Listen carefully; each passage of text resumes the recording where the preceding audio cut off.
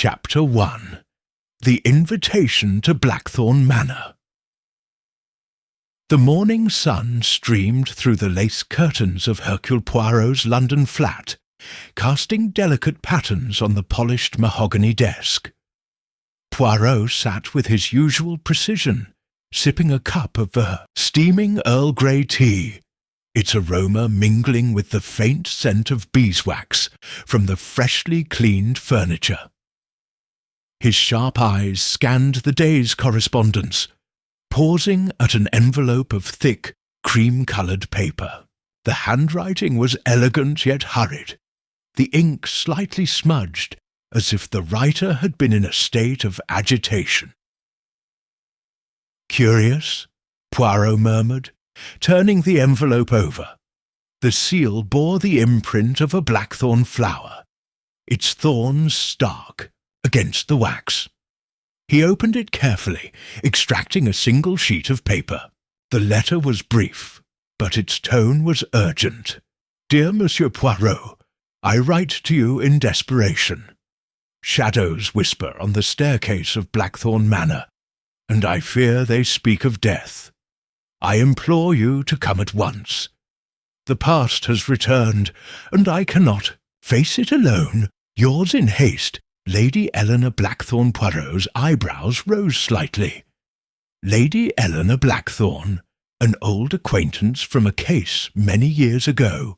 She was not one given to dramatics, nor to flights of fancy. If she spoke of shadows and death, there was cause for concern. He tapped the letter thoughtfully against his palm, his mind already racing ahead. Shadows on a staircase? A metaphor, perhaps, or something more literal? Either way, it was a puzzle, and Hercule Poirot could never resist a puzzle. "Hastings!" he called, though he knew his old friend was away on business. The habit of sharing his thoughts aloud was hard to break. Instead, he addressed the empty room. "We must go to Blackthorne Manor, mon ami. There is a mystery afoot, and it requires the touch of Hercule Poirot." By midday, Poirot was aboard a train bound for the countryside, his small, meticulously packed suitcase resting on the seat beside him. As the train rattled through the rolling hills, he reviewed what he knew of the Blackthorne family. Lord Alistair Blackthorne had died some years ago, leaving Lady Eleanor to manage the estate. There were rumours of financial troubles, of a family divided by greed and old resentments, and now whispers of shadows on the staircase. Poirot's eyes gleamed with anticipation. The train pulled into the small station at Blackthorne village, just as the sun began to dip below the horizon. A driver awaited him, a taciturn man in a worn coat who nodded curtly and loaded Poirot's suitcase into the waiting car. The drive to the manor was short but eerie, the road winding through dense woods that seemed to close in around them. The Guilleroof car's headlights cut through the gathering dusk, illuminating the wrought-iron gates of Blackthorne Manor as they swung open with a creak. The manor itself was a sprawling Gothic structure, its turrets and spires silhouetted against the darkening sky. Poirot stepped out of the car, his sharp eyes taking in every detail. The ivy creeping up the stone walls, the flickering light in an upper window, the faint sound of footsteps echoing from within. As he approached the heavy oak door, it swung open to reveal a butler, his face pale and drawn. "Monsieur Poirot," the butler said, his voice barely above a whisper. "Lady Eleanor is expecting you. Please, come in." Poirot stepped across the threshold, his senses immediately alert. The air inside was cool and carried the faint scent of wood smoke and something else, something metallic, almost like blood. His gaze fell on the grand staircase that dominated the entrance hall. It was a magnificent structure, its banisters carved with intricate patterns of thorns and roses. But there was something unsettling about it, something that made the hairs on the back of Poirot's neck stand on end. "Monsieur Poirot," came a voice from the shadows. Lady Eleanor emerged, her face pale but composed. She was a woman of striking beauty, though her eyes were haunted. "Thank you for coming. I fear you are our only hope." Poirot inclined his head. "Madame, I am at your service. But tell me, what is it that troubles you so?" She hesitated, her gaze flickering toward the staircase. "It is the shadows, Monsieur Poirot. They whisper, and I fear they are growing louder." Chapter 2. The Gathering at Blackthorne Manor. The grand dining room of Blackthorne Manor was a study in contrasts. The long mahogany table gleamed under the light of a crystal chandelier, its brilliance offset by the heavy velvet drapes that seemed to swallow the room in shadows. Portraits of stern-faced ancestors lined the walls, their eyes following the assembled guests with silent judgment. Hercule Poirot sat at the head of the table, his sharp gaze darting from face to face, cataloguing every detail. Lady Eleanor presided over the meal with a quiet dignity, though her hands trembled slightly as she lifted her wine-glass. To her right sat her son, Victor Blackthorne, a handsome man in his early 30s, with a charming smile that didn't quite reach his cold, calculating eyes. Across from him was Dr. Evelyn Cartwright, the family physician, a woman of sharp intellect and an air of quiet authority. Her presence seemed to unsettle Victor, though he masked it well. At the far end of the table sat Mrs. Beatrice Holloway, Lady Eleanor's widowed sister, a woman whose sharp tongue and piercing gaze made her a formidable presence.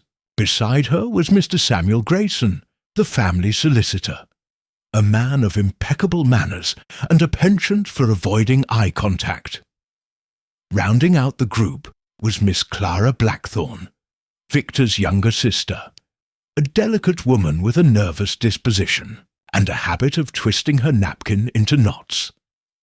The meal began in uneasy silence, broken only by the clink of silverware against fine china. Poirot, ever observant, noted the subtle dynamics at play, Victor's occasional barbed remarks toward Dr. Cartwright, Mrs. Holloway's pointed comments about the family's finances, and Miss Clara's flinching every time the word staircase was mentioned. It was a family at odds, bound together by blood, but divided by secrets. "Tell me, Monsieur Poirot," Victor said suddenly, his tone light, but with an edge of challenge. "What brings a man of your reputation to our humble estate? Surely you're not here for the scenery." Poirot dabbed, his mouth with a napkin, his expression unreadable. "I am here at the invitation of your mother, Monsieur Blackthorne. She has expressed concerns that require my attention." Victor's smile faltered for a moment, but he recovered quickly. "Concerns? How dramatic. I hope you're not planning to stir up trouble where there is none." "Victor," Lady Eleanor said sharply, her voice cutting through the tension, "Monsieur Poirot is our guest. Please show him the respect he deserves." Victor inclined his head, though his eyes remained cold. "Of course, mother. My apologies, Monsieur Poirot." The conversation turned to safer topics, but the undercurrent of unease remained. Poirot noted how Dr. Cartwright's gaze lingered on Victor, her expression unreadable, and how Mr. Grayson seemed to shrink into himself, Whenever the subject of the family's finances arose, Miss Clara, meanwhile, barely touched her food, her eyes darting toward the door as if expecting someone or something to appear. As dessert was served, a sudden crash echoed through the house, followed by the sound of hurried footsteps on the grand staircase. Everyone froze, their faces pale. Miss Clara let out a small whimper, her hands clutching the edge of the table. "What was that?" Mrs. Holloway demanded, her voice shrill. Lady Eleanor rose from her seat, her composure slipping for the first time. "It's nothing," she said quickly, though her voice trembled. "Just the wind, perhaps, or one of the servants." Poirot's eyes narrowed. He had heard the footsteps too, and they had not sounded like those of a servant. They had been slow, deliberate, as if someone or something was descending the staircase with purpose. "If you will excuse me," Poirot said, rising from his seat, "I believe I shall take a short walk to aid my digestion. The grounds are so picturesque at this hour." Lady Eleanor hesitated, then nodded. "Of course, Monsieur Poirot. Do be careful, though. The nights can be unpredictable." Poirot gave a small bow and left the dining room, his mind already racing. The grand staircase loomed before him, its shadows deeper now in the dim light of the hallway. He paused at the base of the stairs, his sharp eyes scanning the steps for any sign of disturbance. There, on the third step, was a faint smudge. A footprint, perhaps, or something else entirely. As he bent to examine it, a cold draught swept through the hallway, extinguishing the nearby candle. The shadows seemed to shift, and for a moment Poirot thought he saw a figure standing at the top of the staircase watching him. But when he looked again, there was nothing there. "Curious," Poirot murmured to himself. "Most curious indeed." Chapter 3. The Shadowed Staircase. The grand staircase of Blackthorne Manor was a masterpiece of craftsmanship, its banisters carved with intricate patterns of thorns and roses, its steps worn smooth by generations of footsteps. Yet, as Hercule Poirot stood at its base, he felt an unmistakable sense of foreboding. The shadows seemed to cling to the steps, as if the staircase itself were alive, watching and waiting. Poirot ascended slowly, his sharp eyes scanning every detail. The faint smudge he had noticed earlier was still there, a dark mark on the third step, barely visible in the flickering light of the hallway sconces. He knelt to examine it more closely, his fingers brushing the wood. It was damp, as if someone had stepped there with wet shoes. But the night was dry, and no one had entered the house from outside since his arrival. "Curious?" Poirot murmured, straightening up. His gaze travelled upward, following the curve of the staircase to the shadowy landing above. The air was thick with silence, broken only by the faint creak of the house settling. And then, just as he was about to turn away, he heard it. A whisper, so soft it might have been his imagination. "Poirot!" He froze, his hand tightening on the banister. The voice was faint, almost imperceptible, but it had been there. He was certain of it. His mind raced. Was it a trick of the wind, or something more sinister? He glanced over his shoulder, half expecting to see someone standing behind him, but the hallway was empty. "Monsieur Poirot?" This time the voice was real. Poirot turned to see Miss Clara standing at the foot of the staircase, her face pale and her eyes wide with fear. She clutched a shawl around her shoulders, though the night was not cold. "Mademoiselle Clara," Poirot said, descending the steps with deliberate calm. "You should not be wandering the halls alone at this hour. It is not safe." I heard something," she stammered, her gaze darting toward the staircase.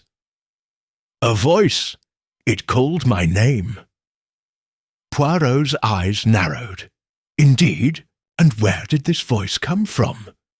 She pointed a trembling finger upward, from the landing, but when I looked, there was no one there. Poirot studied her carefully. Her fear was genuine, but there was something else in her expression, a flicker of guilt perhaps, or shame. He filed the observation away for later. "Come," he said gently, offering her his arm. "Let us return to the drawing-room. The night plays tricks on the mind, especially in a house as old as this." She hesitated, then nodded, allowing him to lead her away from the staircase. As they walked, Poirot glanced back over his shoulder. The shadows on the staircase seemed deeper now, almost solid. He could have sworn he saw a figure standing on the landing, watching them go. But when he blinked, it was gone. The next morning, Poirot rose early, his mind still occupied by the events of the previous night. He made his way to the dining-room, where a light breakfast had been laid out. Lady Eleanor was already seated, her face drawn and tired. She looked up as he entered, her expression one of relief. "Monsieur Poirot," she said, "I trust you slept. Well?" "Tolerably well, madam," he replied, taking a seat, "though I must confess the mysteries of your staircase have occupied my thoughts." Lady Eleanor's hands tightened around her teacup. "The staircase? Yes, it has always been a source of unease in this house. Even when my husband was alive, he refused to speak of it." Poirot leaned forward, his interest piqued. "And why is that, madam?" She hesitated, her gaze distant. "There are stories, old family legends. They say the staircase is haunted by the spirit of a woman who died here long ago. She was betrayed by someone she loved, and her soul cannot rest until the truth is revealed." Poirot's eyes gleamed. "A tragic tale indeed. But tell me, madam, do you believe in such things?" Lady Eleanor shook her head. "I do not know what to believe any more. But I do know this. The shadows on that staircase are real, and they grow darker every day. I fear they are a warning." Before Poirot could respond, a scream echoed through the house, sharp and piercing. He was on his feet in an instant, his heart racing. The sound had come from the direction of the staircase. "Stay here," he said to Lady Eleanor, his tone brooking no argument. He hurried into the hallway, his footsteps echoing on the polished floor. As he approached the staircase, he saw Miss Clara standing at its base, her hands pressed to her mouth, her face white with terror. "Monsieur Poirot!" she cried, pointing upward. "Look!" Poirot followed her gaze and felt a chill run down his spine. On the landing above, a dark stain was spreading across the floor, pooling at the top of the staircase. It was blood. Chapter 4. The first clue. The broken clock. The bloodstain on the landing sent the household into a frenzy. Lady Eleanor, pale but composed, ordered the servants to clean the mess, while Dr. Cartwright examined the area for any sign of injury.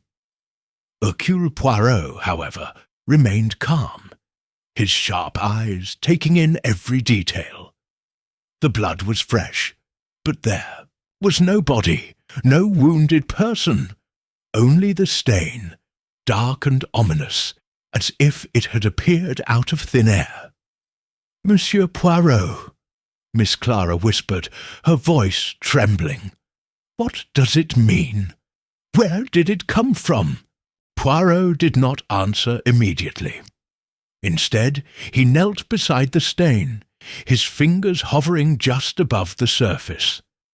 The blood was real, but its presence defied logic. He glanced up at the staircase, his gaze lingering on the shadows that seemed to cling to the steps. Something was amiss, and he intended to find out what. "Mademoiselle Clara," he said at last, rising to his feet, "tell me, have you noticed anything unusual about the staircase before today? Any sounds, movements, or impressions?" She hesitated, her hands twisting the fabric of her dress. I've heard whispers sometimes, late at night, when the house is quiet. And once I thought I saw a figure standing on the landing, but when I looked again, it was gone." Poirot nodded, his expression thoughtful. "And the blood? Have you ever seen anything like this before?" She shook her head vehemently. "Never. I don't understand how it could have happened. No one was here, no one but us." Poirot's eyes narrowed. "Indeed, a most perplexing mystery." As the servants worked to clean the bloodstain, Poirot made his way to the base of the staircase, his mind racing. The blood was a clue, but it was not the only one. His gaze fell on a small table tucked into the corner of the hallway. On it sat an ornate clock, its face cracked and its hands frozen at 11:15. He had noticed it earlier, but had not given it much thought. Now, however, it seemed to demand his attention. He approached the clock, his footsteps silent on the polished floor. The craftsmanship was exquisite, with delicate gold filigree and a face of porcelain. But the crack running through the glass was unmistakable, as was the stillness of its hands. Poirot reached out and gently lifted the clock, turning it over in his hands. On the back, engraved in tiny letters, were the words, "Tempus revelat omnia." "Time reveals all." "Curious," Poirot murmured. He set the clock back on the table and examined the surrounding area. There were no signs of a struggle, no indication that the clock had been damaged recently. Yet the crack was fresh, the edges sharp. Someone had broken it deliberately. "Monsieur Poirot," came a voice from behind him. He turned to see Dr. Cartwright approaching, her expression grave. "I've examined the bloodstain. It's human, but there's no way to determine whose it is without further testing. And there's no sign of injury among the household." Poirot nodded. "Thank you, Doctor. Your findings are most helpful." He gestured to the broken clock. "Tell me, have you noticed this before?" Dr. Cartwright frowned. "The clock? Yes, it's been here for as long as I can remember. It belonged to Lord Blackthorne. He was quite fond of it." "And when did it stop?" Poirot asked. She hesitated. "I'm not sure. I only noticed it was broken this morning." Poirot's eyes gleamed. "Interesting.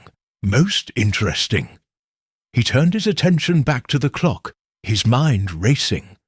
The time, 11:15, was significant, but he did not yet know why. The bloodstain, the whispers, the broken clock, they were all pieces of a puzzle, and Poirot was determined to fit them together. As he stood there, lost in thought, a faint sound reached his ears. It was a whisper, so soft it might have been the wind. But Poirot knew better. He turned sharply, his gaze sweeping the hallway. The shadows seemed to shift, and for a moment he thought he saw a figure standing at the top of the staircase, watching him, but when he blinked, it was gone. "Monsieur Poirot," Dr. Cartwright said, her voice tinged with unease. "What is it?"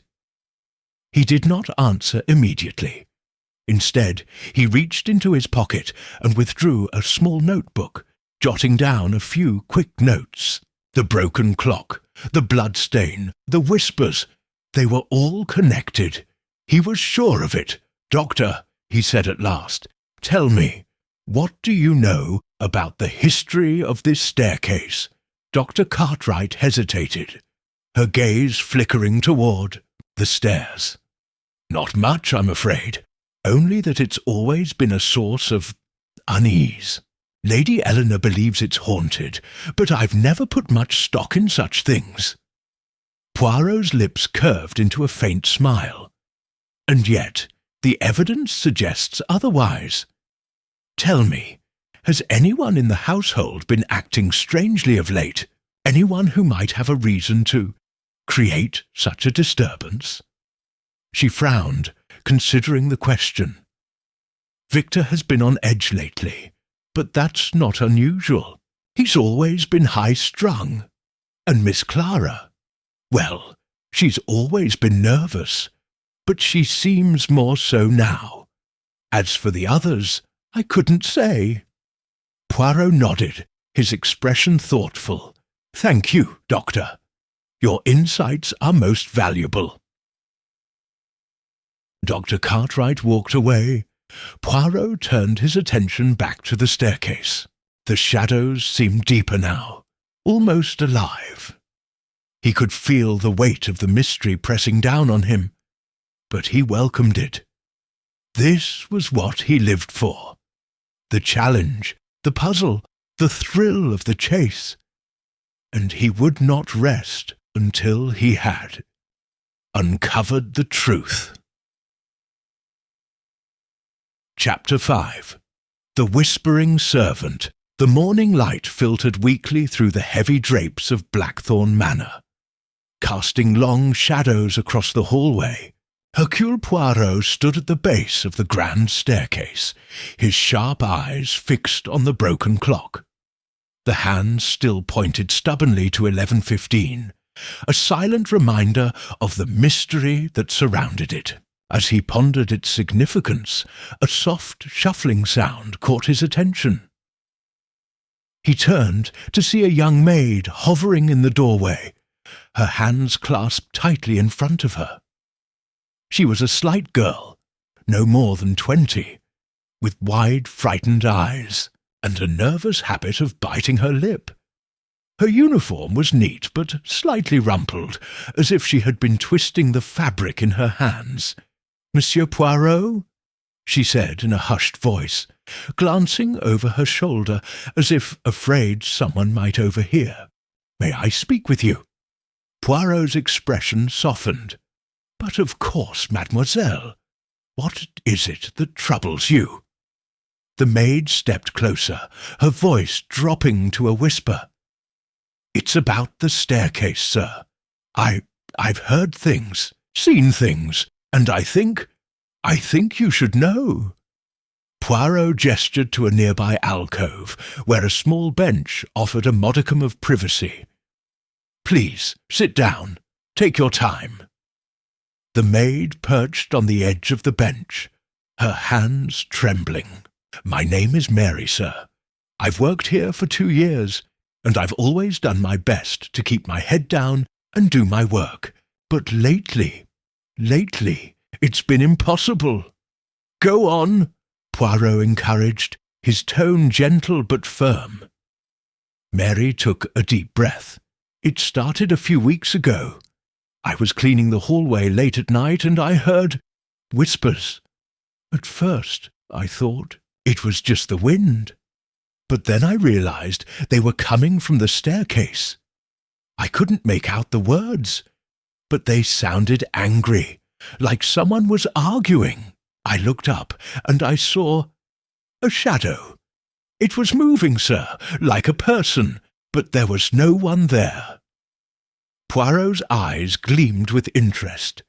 A shadow, you say? Did it resemble anyone you know? Mary shook her head. No, sir, it was just a shape, but it felt wrong, like it didn't belong. I ran back to the servants' quarters and didn't come out until morning. And since then? Poirot asked. It's happened again, Mary said, her voice trembling. 3 times now. Always at night, always on the staircase, and last night. She trailed off, her eyes filling with tears. Last night? Poirot prompted gently. Mary swallowed hard. Last night I saw her. Poirot leaned forward, his interest sharpening. Her? A woman, Mary whispered. She was standing on the landing, dressed in an old-fashioned gown. Her face was pale, and her eyes, they were empty, like she wasn't really there.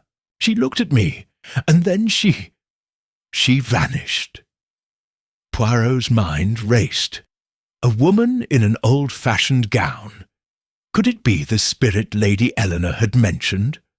Or was it something else entirely? He studied Mary carefully, noting the genuine fear in her eyes. She was not lying, but her story raised more questions than it answered. Mademoiselle Mary, he said at last, you have been very brave to share this with me. Tell me, have you spoken to anyone else about what you've seen? Mary shook her head. No, sir, the others, they wouldn't believe me. They'd think I was mad.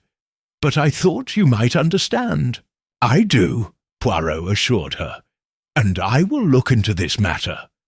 But for now, I must ask you to keep this conversation between us. Can you do that? Mary nodded, though her hands still trembled. Yes, sir. Thank you, sir. As she hurried away, Poirot sat back, his mind working furiously. The whispers, the shadow, the woman on the landing, they were all connected, but how? And what did they have to do with the broken clock and the bloodstain? He rose from the bench and made his way to the library, where he hoped to find some clue in the family's history.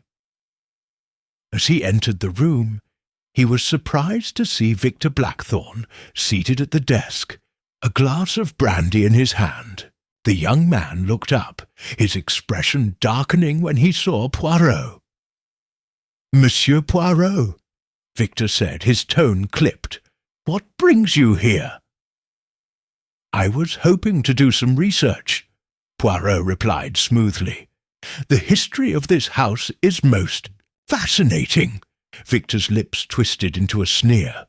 Fascinating, is it? Or are you just poking your nose where it doesn't belong? Poirot's eyes narrowed. Monsieur Blackthorne, I assure you, my only concern is uncovering the truth. If there is something you wish to tell me, now would be the time. Victor hesitated, his grip tightening on the glass. For a moment, it seemed he might say something, but then he shook his head. There's nothing to tell. Now, if you'll excuse me, I have matters to attend to. He stood abruptly and strode from the room, leaving Poirot alone with his thoughts. The young man's hostility was telling, but what was he hiding? And how did it connect to the whispers on the staircase? Poirot turned his attention to the bookshelves, running his fingers along the spines of the volumes. His gaze fell on a dusty tome, titled The History of Blackthorne Manor. He pulled it from the shelf and opened it, his eyes scanning the pages. As he read, a name caught his attention. Lady Margaret Blackthorne, 1823-1857. According to the book, Lady Margaret had died under mysterious circumstances, her body found at the base of the grand staircase. The official cause of death was listed as a fall, but rumours of foul play had persisted for years. Poirot's eyes gleamed. Could Lady Margaret be the woman Mary had seen? And if so, what was her connection to the present-day mystery? As he closed the book, a faint sound reached his ears, a whisper, soft and insistent. He turned sharply, his gaze sweeping the room. The shadows seemed to shift, and for a moment he thought he saw a figure standing in the doorway. But when he blinked, it was gone. "Curious," Poirot murmured. "Most curious indeed." To Chapter 6. The Journal of Lady Blackthorne. The library of Blackthorne Manor was a sanctuary of silence, its towering bookshelves filled with leather-bound volumes that whispered of centuries past. Hercule Poirot stood at the centre of the room, the dusty tome on Lady Margaret Blackthorne still in his hands. The name lingered in his mind, a thread connecting the past to the present. But to unravel the mystery, he needed more than fragments of history. He needed a direct link. As he replaced the book on the shelf, his sharp eyes caught a glint of gold peeking out from behind a row of volumes. Curious, he reached out and carefully extracted a small leather-bound journal. Its cover was worn, the edges frayed with age, but the initials E.B. were still visible, embossed in faded gold. "E.B.," Poirot murmured. "Elellanena Blackthorne, perhaps." He opened the journal, his fingers brushing the yellowed pages. The handwriting was elegant, though the ink had faded in places. The entries were dated, some from decades ago, others more recent. It was, without a doubt, Lady Eleanor's private journal. Poirot hesitated for a moment, his sense of propriety warring with his need for answers. In the end, the latter won out. He carried the journal to a nearby armchair and began to read. March 12th, 1923, today. I found myself standing at the foot of the staircase again. It calls to me, that staircase, as if it holds the key to everything I've tried to forget. The shadows seem darker now, the whispers louder. I fear the past is catching up to me. April 5th, 1923, Victor has been asking questions about his father, about the staircase. I've tried to shield him from the truth, but I fear it's only a matter of time before he uncovers it. He's too much like his father, too clever for his own good. And Clara? Poor Clara. She senses something is wrong, though she doesn't know what. I can see it in her eyes. May 20th, 1923. The whispers are growing louder. Last night I heard her voice, Margaret's voice. She spoke my name, clear as day. I know what she wants. She wants the truth to come out. But how can I tell them? How can I destroy everything we've built? Poirot's eyes narrowed as he turned the page. The entries grew more fragmented, the handwriting more erratic. Lady Eleanor's fear was palpable, her guilt etched into every word. But what was the truth she was hiding? And who was Margaret? The next entry stopped him cold. June 10th, 1923, I found the letter today, hidden in the attic. It was addressed to Alistair, written in Margaret's hand. She knew, you see, she knew what he had done. And she threatened to expose him. That's why she died. That's why she fell. Poirot's heart quickened. The letter. It was the key. If he could find it, he could piece together the puzzle. But where was it now? And what had Alistair Blackthorne done to drive Margaret to her death? He flipped through the remaining pages, but the entries grew sparse. The final one dated just a week before his arrival at Blackthorne Manor.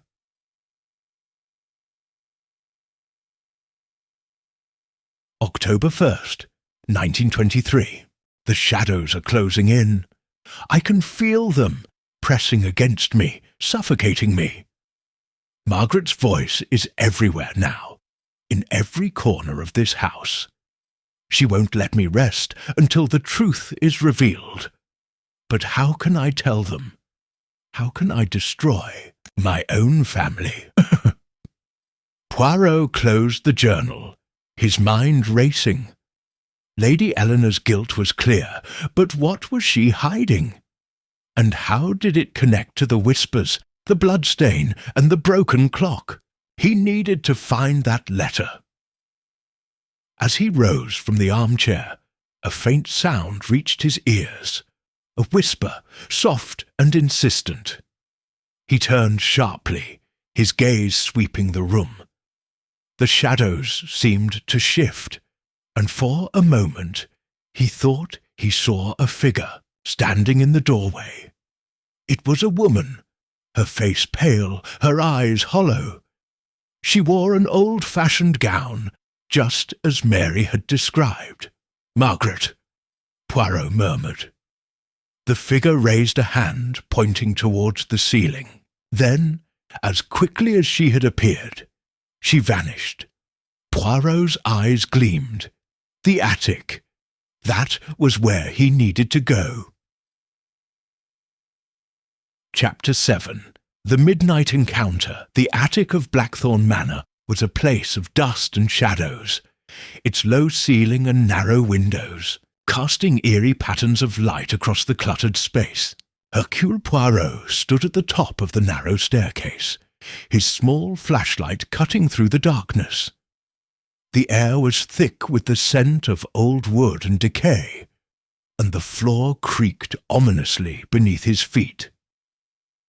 He had waited until the household was asleep before making his way to the attic, guided by the journal's mention of a hidden letter and the ghostly figure's silent direction. Now, as he scanned the room, his sharp eyes took in every detail.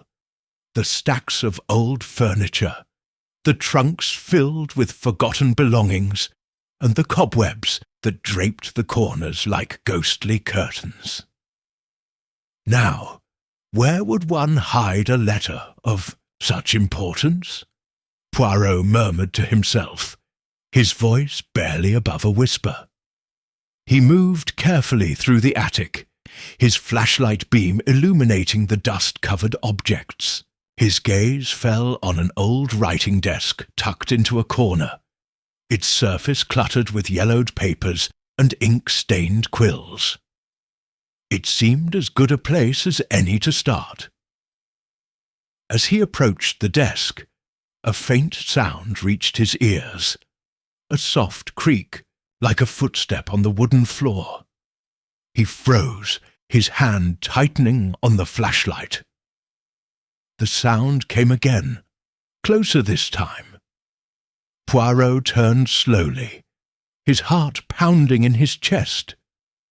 The beam of his flashlight swept across the room, revealing nothing but shadows. But then, at the edge of the light, he saw it. A figure standing motionless in the darkness.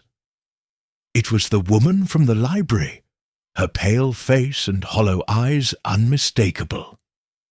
She wore the same old-fashioned gown, its fabric shimmering faintly. In the dim light, "Margaret," Poirot said softly, his voice steady despite the chill that ran down his spine.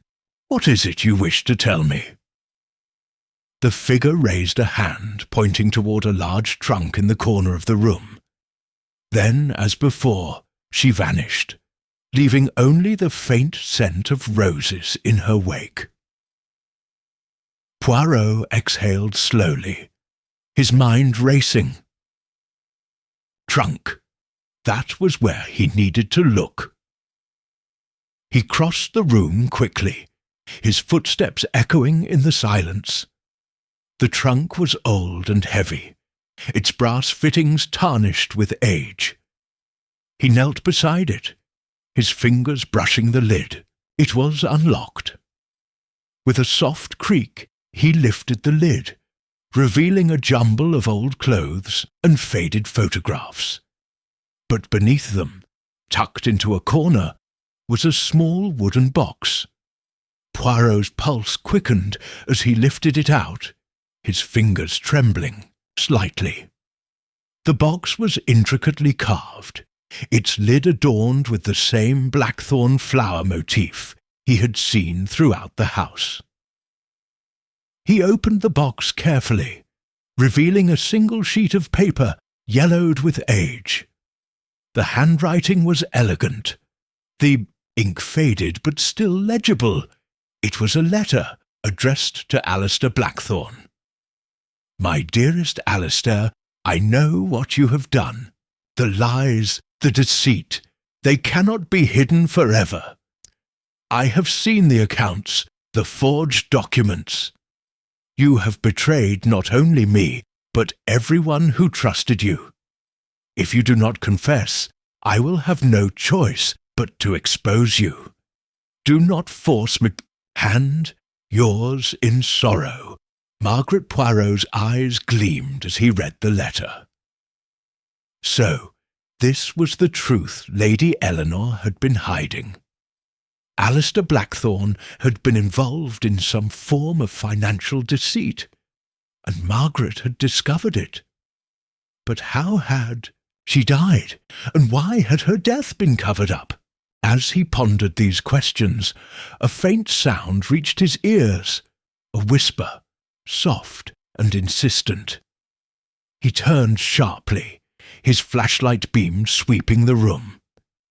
The shadows seemed to shift, and for a moment he thought he saw Margaret standing in the corner, her eyes filled with sorrow.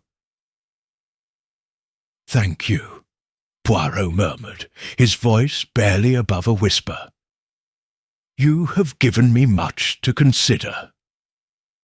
He closed the box and tucked the letter into his pocket, his mind racing. The pieces of the puzzle were beginning to fall into place.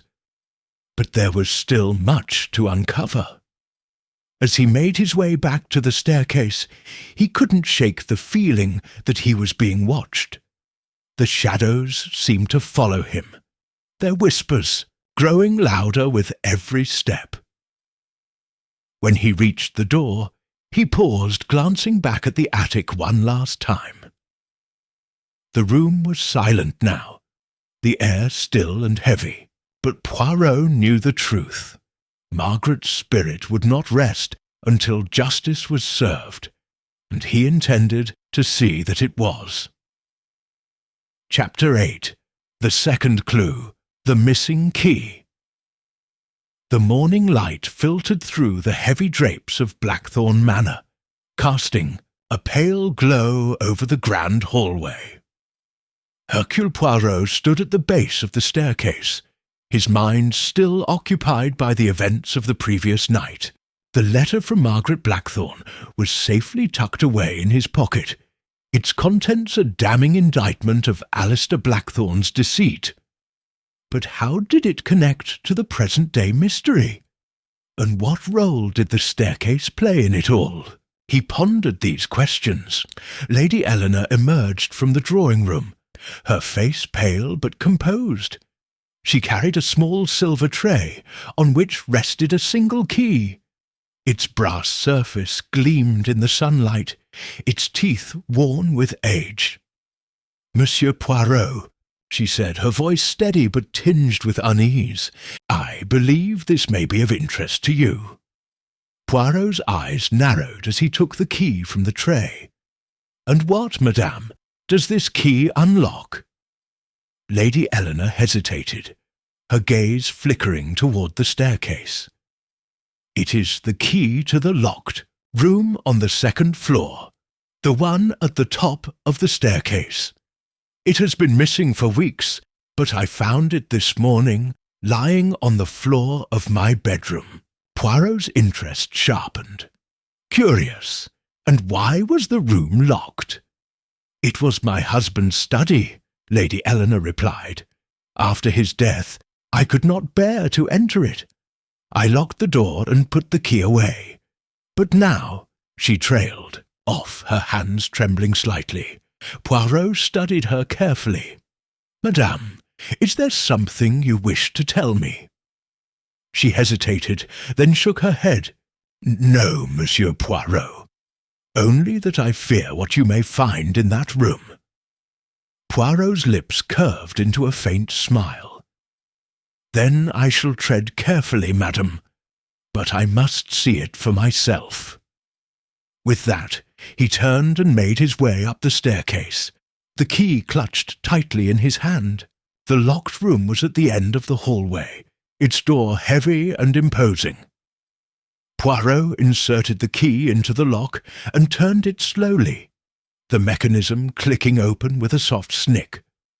The room beyond was dark, the air thick with dust. Poirot stepped, inside, his flashlight cutting through the gloom.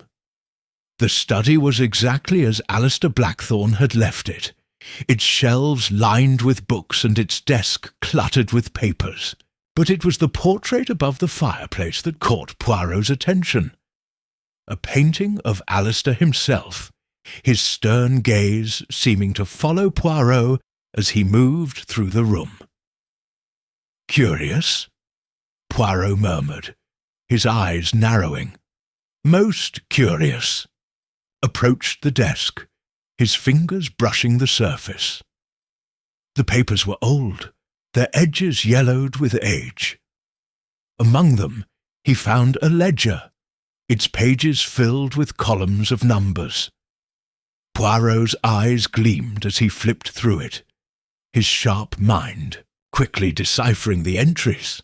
It was a record of financial transactions, many of them suspiciously large and unexplained. "So," Poirot said softly, "this is the evidence Margaret spoke of in her letter."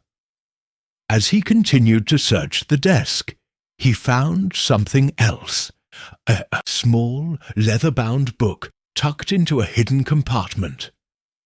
It was a diary, its pages filled with Alistair's cramped handwriting. Poirot opened it to a random page and began to read. March 15th, 1895. "The debts are mounting, and I see no way out. If Margaret discovers the truth, she will never forgive me. I must find a way to cover my tracks, but the lies grow heavier with each passing day. April 2nd, 1895, I have done the unthinkable. I forged the documents, shifting the blame to an innocent man. It was the only way to save myself. But the guilt is unbearable. Margaret suspects something. I can see it in her eyes. If she finds the ledger, all is lost." Poirot's lips tightened as he read the entries. Alistair's guilt was clear, but what had happened to Margaret? And how did it connect to the whispers and shadows on the staircase? As he pondered these questions, a faint sound reached his ears, whisper soft and insistent. He turned sharply, his flashlight beam sweeping the room.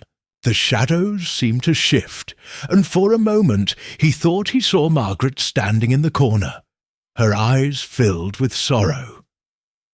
"Monsieur Poirot," she whispered, her voice barely audible. "The staircase. It holds the key." Then, as before, she vanished, leaving only the faint scent of roses in her wake. Poirot exhaled slowly, his mind racing. The staircase. That was where he needed to look next. Chapter 9. The Family Secrets. The drawing-room of Blackthorne Manor was bathed in the soft glow of afternoon sunlight, but the atmosphere was anything but warm. Hercule Poirot sat in a high-backed chair, his notebook open on his lap, his sharp eyes fixed on the figure before him. Victor Blackthorne lounged in an armchair, his posture casual, but his expression guarded. The tension between them was palpable. "Monsieur Blackthorne," Poirot began, his tone polite but firm, "I understand that you have been concerned about the recent events in this house. Tell me, what do you make of the whispers on the staircase?" Victor's lips twisted into a sneer. "Whispers, shadows. Really, Monsieur Poirot, I thought you were a man of logic. Surely you don't believe in such nonsense." Poirot's eyes gleamed. "I believe in evidence, monsieur, and the evidence suggests that something unusual is happening here. Tell me, have you noticed anything out of the ordinary?" Victor hesitated, his gaze flickering toward the window. "I've heard the servants gossiping, if that's what you mean. But it's just that gossip. This house is old, and old houses make noises. There's nothing more to it." Poirot leaned forward slightly. "And the bloodstain on the staircase? Would you dismiss that as mere gossip as well?" Victor's jaw tightened. "I don't know what that was, but I'm sure there's a logical explanation. Perhaps one of the servants cut themselves and didn't want to admit it." Poirot nodded, though his expression remained sceptical. "Perhaps. And what of your father, Monsieur Blackthorne? What do you know of his business dealings?" Victor's eyes narrowed. "My father was a respected man, Monsieur Poirot. I won't have you casting aspersions on his name." "I cast no aspersions," Poirot replied smoothly. "I merely seek the truth. And the truth, as they say, has a way of coming to light." Victor stood abruptly, his face flushed with anger. "I've had enough of this. If you have nothing useful to ask me, I'll take my leave." Poirot watched him go, his expression thoughtful. Victor's defensiveness was telling, but what was he hiding? And how did it connect to the whispers and shadows on the staircase? Next, Poirot interviewed Dr. Evelyn Cartwright. The physician sat across from him, her hands folded neatly in her lap, her expression calm but wary. "Dr. Cartwright," Poirot began, "you have been a part of this household for some time. Tell me, have you noticed anything unusual about the behavior of the family members?" Dr. Cartwright hesitated, her gaze flickering toward the door. "I'm not sure what you mean, Monsieur Poirot." "I mean," Poirot said, leaning forward slightly, "have you observed any tensions, any secrets that might shed light on the recent events?" She sighed, her shoulders slumping slightly. "There are always tensions in a family like this, Monsieur Poirot. Victor and Lady Eleanor have never seen eye to eye, and Miss Clara, well, she's always been fragile. But as for secrets—" She trailed off, her expression troubled. "Yes?" Poirot prompted gently. Dr. Cartwright hesitated, then lowered her voice. "There is one thing. A few weeks ago, I overheard Victor arguing with Lady Eleanor. He was demanding access to his father's study, but she refused. He seemed desperate almost." Poirot's eyes gleamed. "Interesting. And did you ever learn why he wanted access to the study?" She shook her head. "No, but I do know that Victor has been struggling financially. He's always been reckless with money, and I suspect he was hoping to find something of value in his father's papers." Poirot nodded, his mind racing. Victor's desperation, the locked study, the missing key, they were all connected. But how? Finally, Poirot spoke with Miss Clara Blackthorne. The young woman sat perched on the edge of the sofa, her hands clasped tightly in her lap, her eyes wide with fear. "Mademoiselle Clara," Poirot said gently, "I know this is difficult, but I must ask you a few questions. Can you tell me about the whispers you've heard on the staircase?" Clara's breath hitched, and she glanced toward the door as if expecting someone to burst in. I don't know what they are, Monsieur Poirot, but they're real. I've heard them, and I've seen her." "Her?" Poirot prompted. Clara nodded, her voice dropping to a whisper. "Margaret, she's the one who whispers. She's trying to tell us something, but I don't know what." Poirot's expression softened. "And what do you think she wants, mademoiselle?" Clara hesitated, her eyes filling with tears. I think she wants us to know the truth. About what happened to her, about what my father did." Poirot leaned forward slightly. "And what did your father do, mademoiselle?" She shook her head vehemently. "I don't know, but I know it was something terrible. Something that's haunted this family for years." Poirot nodded, his mind racing. Clara's fear, Victor's desperation, Lady Eleanor's guilt, they were all pieces of the puzzle. But the final piece, the one that would bring everything into focus, was still missing.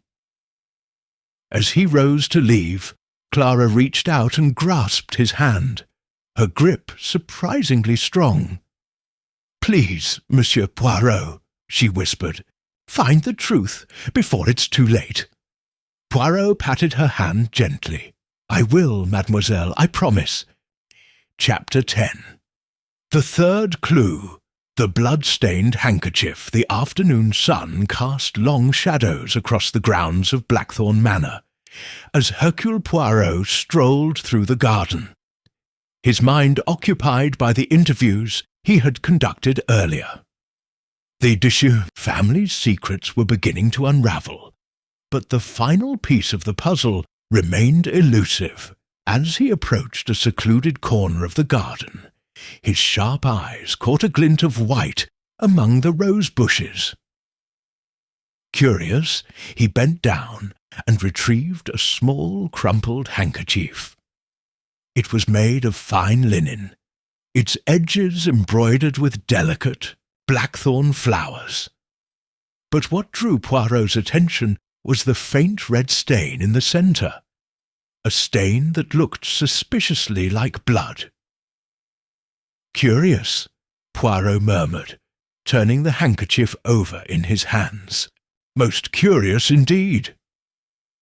He examined the stain more closely, noting its size and shape. It was fresh, no more than a day or two old, and it bore the faint scent of roses. His mind raced as he considered the possibilities. Who had dropped it, here, and why? As he pondered these questions, a soft voice called out to him, "Monsieur Poirot." He turned to see Miss Clara standing a few feet away, her hands clasped nervously in front of her. Her eyes widened as she caught sight of the handkerchief in his hand. "Is that mine?" she asked, her voice trembling. Poirot's eyes narrowed. "Is it, mademoiselle?" Clara stepped closer, her gaze fixed on the handkerchief. I think so. I lost it a few days ago, but how did it get here?" Poirot studied her carefully, noting the fear in her eyes. "Mademoiselle Clara, do you know how this stain came to be on your handkerchief?" She shook her head vehemently. "No, I swear. I didn't even notice it was missing until just now." Poirot's expression softened. "Very well. But tell me, have you been near the staircase recently?" Clara hesitated, her hands twisting the fabric of her dress. I went there the night the bloodstain appeared. I heard the whispers again, and I thought I saw Margaret. But when I got closer, there was nothing there, just the blood. Poirot's eyes gleamed. And did you touch anything, mademoiselle? The banister, perhaps, or the steps? Horrors. Breath hitched.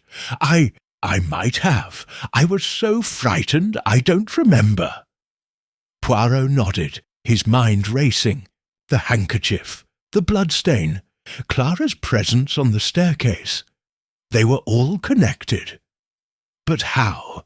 As he escorted Clara back to the house, his thoughts turned to the other members of the household. Who else had been near the staircase that night? And who had reason to leave a blood-stained handkerchief in the garden? Later that evening, Poirot convened the household in the drawing-room. Lady Eleanor, Victor, Dr. Cartwright and Miss Clara sat in tense silence as Poirot stood before them, the blood-stained handkerchief in his hand. "Mesdames et messieurs," he began, his tone calm but firm, "I have discovered a clue that may shed light on the recent events in this house. This handkerchief, found in the garden, bears a blood-stain that matches the one on the staircase. It belongs to Miss Clara, but she claims to have lost it several days ago." Victor's eyes narrowed. "What are you implying, Poirot? That Clara had something to do with the bloodstain?" Poirot shook his head. "I imply nothing, monsieur. I merely state the facts. The handkerchief was found in the garden, and its presence there raises questions. Who placed it there, and why?" Lady Eleanor's face paled, but she remained silent. Dr. Cartwright, however, leaned forward, her expression thoughtful. "Monsieur Poirot," she said, "if I may, I believe I can shed some light on this matter.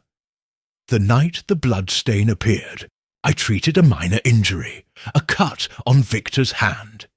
He claimed he had cut himself on a broken glass, but I found the injury suspicious." Victor's face flushed with anger. "What are you suggesting, Doctor? That I staged the bloodstain?" Dr. Cartwright met his gaze evenly. "I'm suggesting that your injury may not have been accidental, and if that's the case, then the handkerchief may have been used to clean the blood from your hand." Poirot's eyes gleamed. "A most interesting theory, Doctor. Monsieur Victor, would you care to explain?" Victor stood abruptly, his fists clenched. "This is ridiculous. I won't stand here and be accused of whatever it is you're accusing me of." Poirot's expression remained calm. "I accuse no one, monsieur.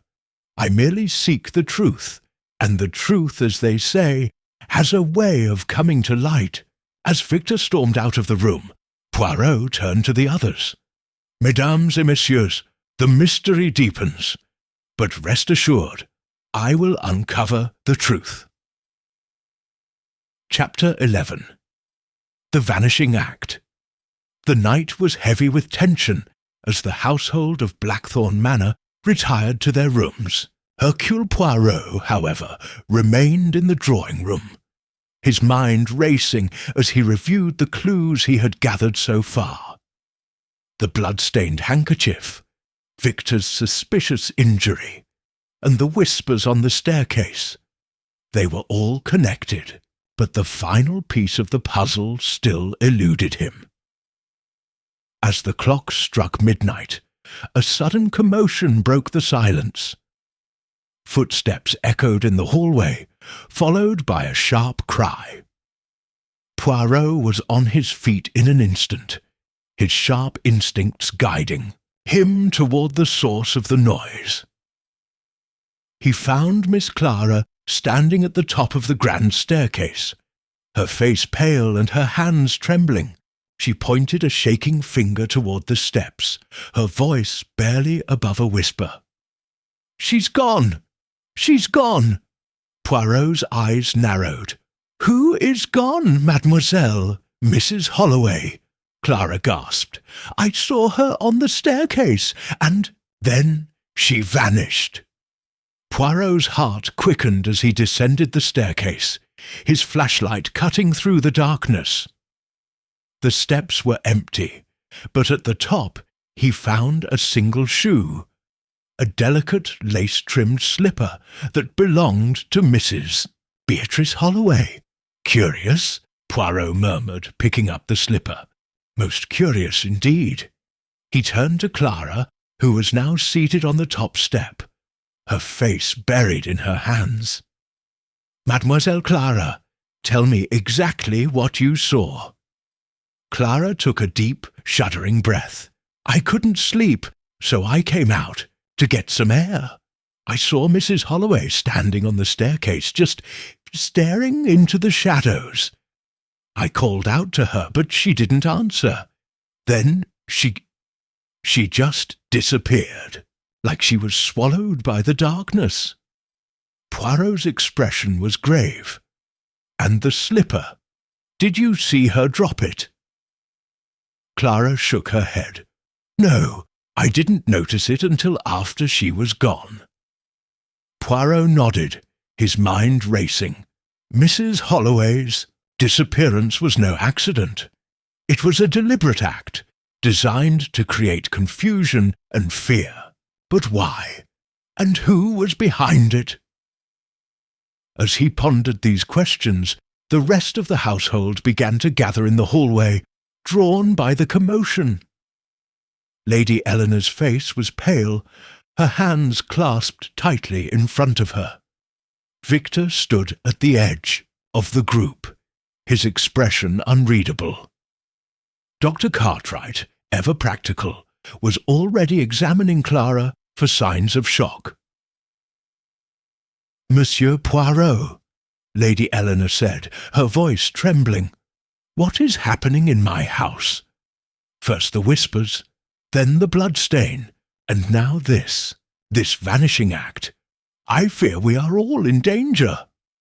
Poirot's eyes gleamed with determination. "Madame, I assure you, I will get to the bottom of this, but I must ask for your cooperation. No one is to leave the house until this matter is resolved." Victor stepped forward, his face flushed with anger. "You can't keep us here against our will, Poirot. This is absurd." Poirot met his gaze evenly. "Monsieur, I am acting in the interest of everyone's safety. If you have nothing to hide, you have nothing to fear." Victor opened his mouth to retort, but Lady Eleanor silenced him with a sharp look. "Enough, Victor. Monsieur Poirot is right. We must all do our part to uncover the truth." As the household dispersed, Poirot remained in the hallway, his sharp eyes scanning the staircase. The slipper in his hand was a clue, but it was not enough. He needed more. The next morning, Poirot conducted a thorough search of the house, starting with Mrs. Holloway's room. The room was neat and orderly, with no signs of a struggle. But on the dressing table he found a letter, its edges frayed with age. It was addressed to Lady Eleanor, written in a shaky hand. "My dear Eleanor, I can no longer remain silent. The shadows on the staircase are growing darker, and I fear they will consume us all. I know what happened to Margaret, and I know what you have done to protect this family. But the truth cannot be hidden forever. If you do not act, I will, yours, in sorrow, Beatrice." Poirot's eyes gleamed as he read the letter. Mrs. Holloway had known something that had put her in danger. But what was it? And how did it connect to the whispers, the bloodstain, and the broken clock? As he pondered these questions, a faint sound reached his ears, a whisper, soft and insistent. He turned sharply, his gaze sweeping the room. The shadows seemed to shift, and for a moment he thought he saw Margaret standing in the corner, her eyes filled with sorrow. "The truth," she whispered, her voice barely audible. "It lies in the past." Then, as before, she vanished, leaving only the faint scent of roses in her wake. Poirot exhaled slowly, his mind racing. The past, that was where he needed to look next. Chapter 12. The Revelation in the Attic. The attic of Blackthorne Manor was even more foreboding in the daylight, its dusty corners and cluttered shadows seeming to hold their breath as Hercule Poirot ascended the narrow staircase. The slipper, the letter, and Margaret's whispered words had all led him here. The past, she had said, held the key, and Poirot intended to find it. He moved carefully through the room, his sharp eyes scanning every detail. The trunk where he had found Margaret's letter was still open, its contents spilling out onto the floor. But it was not the trunk that drew his attention now. It was a small, locked chest tucked into a corner, its surface covered in a thick layer of dust. "Curious," Poirot murmured, kneeling beside the chest. The lock was old but sturdy, and it resisted his attempts to open it. He reached into his pocket and withdrew a set of lockpicks, his fingers moving with practiced precision. After a few moments, the lock clicked open, and he lifted the lid. Inside the chest was a collection of old documents, their edges yellowed with age, but it was the photograph at the top of the pile that caught Poirot's attention. It was a portrait of a young woman, her face strikingly beautiful, but her eyes filled with sorrow. On the back of the photograph was written a single name: Margaret, Blackthorne, 1857. Beneath the photograph was a bundle of letters, tied together with a faded ribbon. Poirot untied the ribbon and began to read. The letters were written in Margaret's hand, addressed to her husband Alistair. They spoke of love, of betrayal, and of a secret that had haunted their marriage. "My dearest Alistair, I know what you have done. The lies, the deceit, they cannot be hidden forever. I have seen the accounts, the forged documents. You have betrayed not only me but everyone who trusted you. If you do not confess, I will have no choice but to expose you. Do not force my hand. Yours in sorrow." Margaret Poirot's eyes gleamed as he read the letter. It was the same one he had found earlier, but this time it was accompanied by others, letters that revealed the full extent of Alistair's deceit. He had embezzled funds from the family estate, forging documents to cover his tracks. And when Margaret had discovered the truth, he had silenced her permanently. But how? And why had her death been covered up? As Poirot pondered these questions, his gaze fell on a small, leather-bound book tucked into the bottom of the chest. It was a diary, its pages filled with Alistair's cramped handwriting. He opened it to a random page and began to read. "March 15, 1857. The debts are mounting, and I see no way out. If Margaret discovers the truth, she will never forgive me. I must find a way to cover my tracks, but the lies grow heavier with each passing day. April 2nd, 1857. I have done the unthinkable. I forged the documents, shifting the blame to an innocent man. It was the only way to save myself. But the guilt is unbearable. Margaret suspects something. I can see it in her eyes. If she finds the ledger, all is lost. June 10th, 1857, it is done. Margaret is gone. I pushed her down the staircase, and now she will never tell the truth. But her eyes, they haunt me. I see them everywhere, in every shadow, in every corner of this house. I cannot escape her. Poirot's lips tightened as he read the entries. Alistair's guilt was clear. But what had happened to the ledger? And how did it connect to the present-day mystery? As he pondered these questions, a faint sound reached his ears. A whisper, soft and insistent. He turned sharply, his gaze sweeping the room. The shadows seemed to shift, and for a moment he thought he saw Margaret standing in the corner, her eyes filled with sorrow. "The ledger," she whispered, her voice barely audible. "It holds the truth." Then, as before, she vanished, leaving only the faint scent of roses in her wake. Poirot exhaled slowly, his mind racing. The ledger.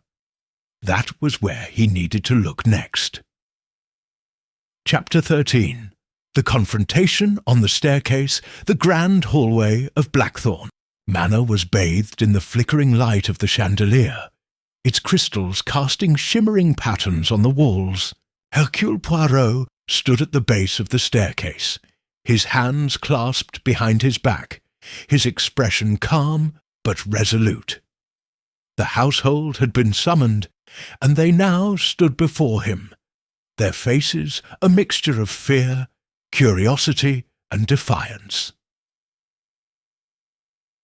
Lady Elellanena sat stiffly in an armchair, her hands clasped tightly in her lap. Victor leaned against the wall, his arms crossed and his face unreadable. Miss Clara perched on the edge of the sofa, her eyes wide with fear, while Dr. Cartwright stood nearby, her expression thoughtful. The servants hovered in the background, their whispers adding to the tension in the air.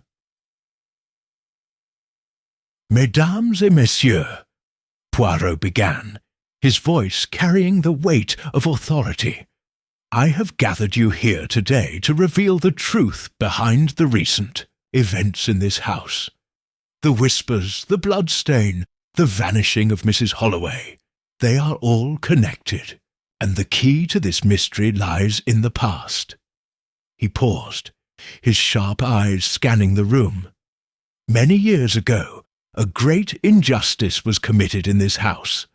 Lady Margaret Blackthorne discovered that her husband Alistair had embezzled funds from the family estate. When she threatened to expose him, he silenced her, permanently. He pushed her down the staircase, staging her death as an accident. But her spirit could not rest. She has haunted this house ever since, seeking justice for the wrongs done to her. A gasp rippled through the room. Lady Eleanor's face paled, and Victor's jaw tightened, but neither spoke. Poirot continued, his tone steady. "The whispers you have heard are Margaret's voice, urging you to uncover the truth. The bloodstain on the staircase was a message, a reminder of her death. And Mrs. Holloway's disappearance was no accident. She knew the truth, and she was silenced before she could reveal it." Victor stepped forward, his face flushed with anger. "This is ridiculous. You're accusing my father of murder based on... what? A ghost story?" Poirot met his gaze evenly. "I accuse no one without evidence, monsieur, and the evidence is clear. I have found Margaret's letters, Alistair's diary, and the ledger that details his crimes. The truth cannot be hidden any longer." Lady Eleanor rose from her chair, her voice trembling. "Monsieur Poirot, please, this is my family. Must you drag our name through the mud?" Poirot's expression softened. "Madame, the truth is not always kind, but it is necessary.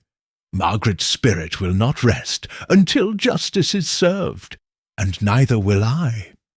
He turned to Victor, his eyes narrowing. "Monsieur Blackthorne, you have been desperate to access your father's study. Why? What were you hoping to find?" Victor hesitated, his gaze flickering toward the staircase. I don't know what you're talking about." Poirot's lips curved into a faint smile. "Do you not? Then perhaps you can explain this." He held up the blood-stained handkerchief. "This belongs to Miss Clara, but it bears your blood. You cut your hand the night the bloodstain appeared, did you not? And you used this handkerchief to clean the wound." Victor's face went pale. That's a lie." Dr. Cartwright stepped forward, her voice calm but firm. "It's not a lie, Victor. I treated your injury that night, and I found it suspicious." Poirot nodded. "Indeed, you staged the bloodstain to create confusion, did you not? To distract from your true goal, finding the ledger that would expose your father's crimes." Victor's shoulders slumped and he sank into a chair, his face buried in his hands. I didn't mean for any of this to happen. I just wanted to protect my family."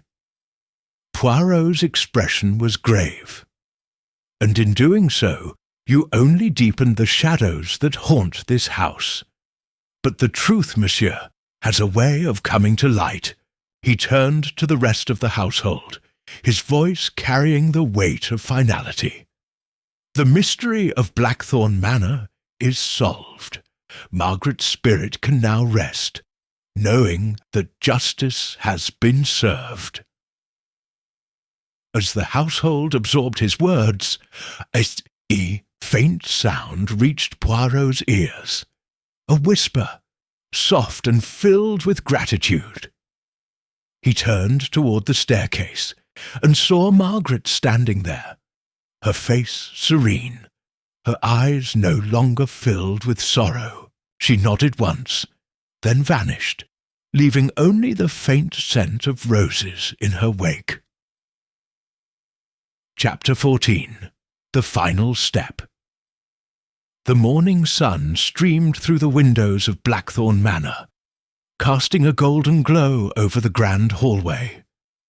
The shadows that had once clung to the staircase seemed to have lifted, and the air felt lighter, as if a great weight had been removed. Hercule Poirot stood at the base of the staircase, his hands clasped behind his back, his expression one of quiet satisfaction. The household had gathered once more, their faces a mixture of relief and resignation. Lady Eleanor sat in an armchair, her hands resting gently in her lap, her eyes filled with a quiet sadness. Victor stood nearby, his head bowed, his earlier defiance replaced by a sombre acceptance. Miss Clara and Dr. Cartwright sat together on the sofa, their expressions thoughtful. Even the servants seemed to sense that the storm had passed, their whispers now tinged with curiosity rather than fear. "Mesdames et messieurs," Poirot began, his voice calm but firm, "the mystery of Blackthorne Manor is at an end. The shadows that haunted this house have been dispelled, and the truth has been revealed. But before we close this chapter, there is one final step to take." He turned to Victor, his gaze steady. "Monsieur Blackthorne, you have confessed to staging the bloodstain in an attempt to distract from your search for the ledger. But tell me, what did you intend to do with it once you found it?" Victor hesitated, his eyes flickering toward his mother. I wanted to destroy it, to protect my family's name. But I see now that I was wrong. The truth cannot be buried, no matter how hard we try. Poirot nodded, his expression softening. A wise realization, monsieur. The past cannot be changed, but we can learn from it, and in doing so, we honour those who have been wronged. He turned to Lady Eleanor, his tone gentle. Madam, you have carried the burden of this secret for many years, but now it is time to let it go. Margaret's spirit has found peace, and so must you. Lady Eleanor's eyes filled with tears, but she nodded. Thank you, Monsieur Poirot. You have given us a chance to heal, and for that I am grateful. Poirot inclined his head, his expression one of quiet respect. It is my duty, madam, and now there is one final matter to address. He reached into his pocket and withdrew the ledger, its pages yellowed with age. This ledger contains the evidence of Alistair's crimes. It is a painful reminder of the past, but it is also a testament to the truth. I leave it in your hands, madame, to do with as you see fit. Lady Eleanor took the ledger, her hands trembling slightly. I will ensure that it is dealt with justly, Monsieur Poirot. You have my word. Poirot nodded, his expression one of quiet satisfaction. Then my work here is done. As the household dispersed, Poirot made his way to the front door, his small suitcase in hand. The mystery of Blackthorne Manor had been solved, but the echoes of its secrets would linger, a reminder of the power of truth and the importance of justice. As he stepped out into the sunlight, he paused for a moment, his gaze sweeping over the manor one last time. The shadows were gone, and the house seemed to breathe a sigh of relief. Poirot's lips curved into a faint smile. Au revoir, Blackthorne Manor, he murmured. May you find peace at last. Chapter 15. Epilogue. The shadows dispelled Verrill. Weeks had passed since Hercule Poirot's departure from Blackthorne Manor. The house, once shrouded in mystery and dread, now stood bathed in the gentle light of a late autumn afternoon. The grand staircase, no longer a source of fear, seemed almost to gleam in the sunlight, its intricate carvings a testament to the craftsmanship of a bygone era. Lady Eleanor sat in the drawing-room, a cup of tea in her hands, her expression one of quiet contentment.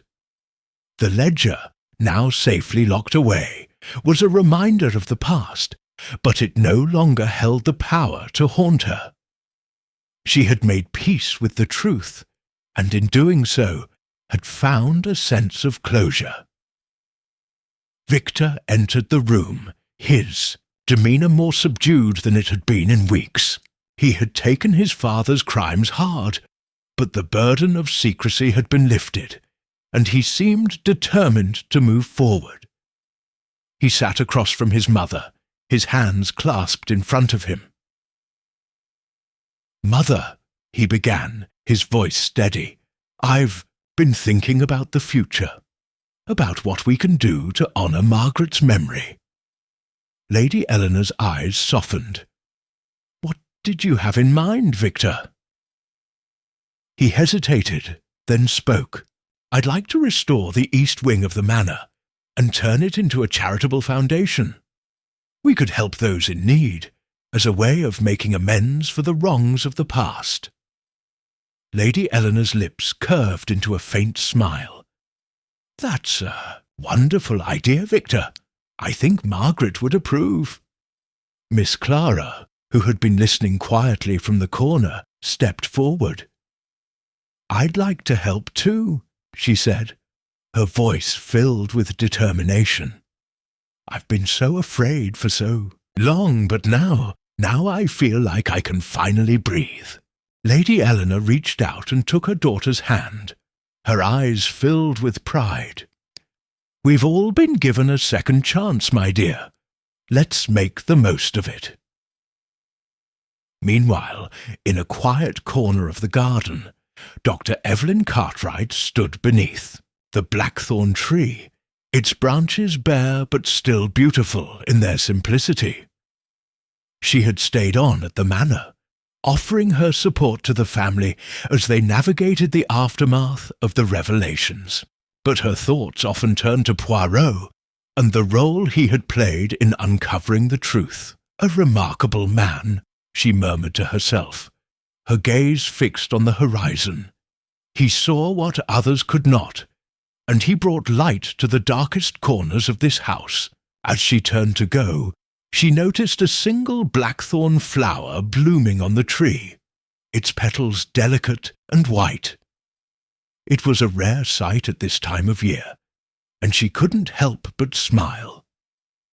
It was as if Margaret herself was offering her blessing, a final farewell to the family she had loved. Far away, in his London flat, Hercule Poirot sat at his desk, a cup of tea at his elbow and a stack of correspondence before him. The case of Blackthorne Manor had been one of the most intriguing of his career, but it was also one of the most poignant. He had seen the power of truth to heal, and he knew that the shadows of the past would no longer haunt the Blackthorne family. He sipped his tea, his thoughts turned to the future. There would always be mysteries to solve, puzzles to unravel. But for now, he allowed himself a moment of quiet reflection. "The little grey cells," he murmured, tapping his temple with a smile. "They never fail." And with that, he turned, his attention to his next case, ready to face whatever challenges lay ahead.